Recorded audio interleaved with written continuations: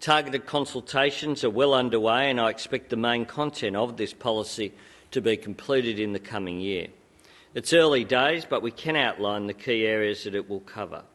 Our national urban policy will in essence be a framework document which will articulate the challenges facing our cities.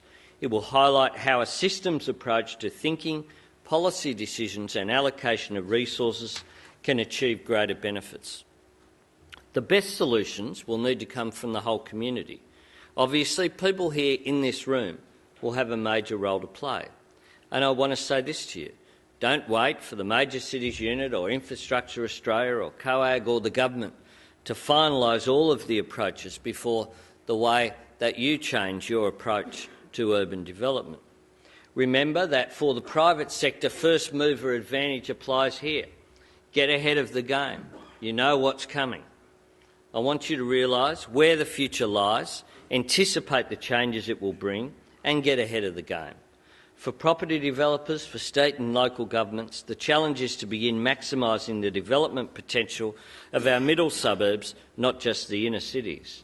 And for large infrastructure developers, the challenge is to move into the area of public transport, not just road construction, embrace the challenges of energy and water scarcity as opportunities, develop and leverage off some of the excellent research undertaken in this country, and set Australia at the forefront of responding to climate change.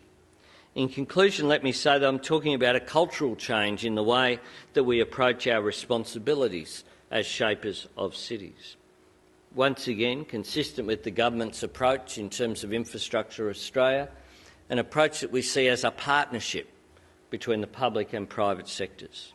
I'm sure that many of you in the audience are making positive strides in these directions, but we are going to do more together in the future.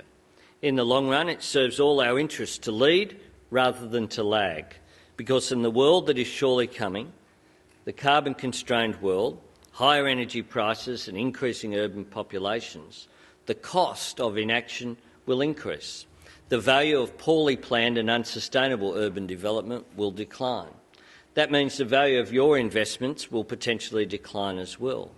So it's in your economic interest, as well as good policy, to get ahead of the game and make Australia an urban policy leader.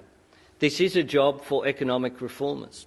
Economic reform in this country, when it's been done the best way, has always been a partnership of the public and the private sector. Government alone cannot do it.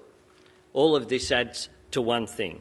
In the future, in fact already, good urban policy and smart urban development will not just enhance our democracy and improve national productivity, they will improve business prospects as well.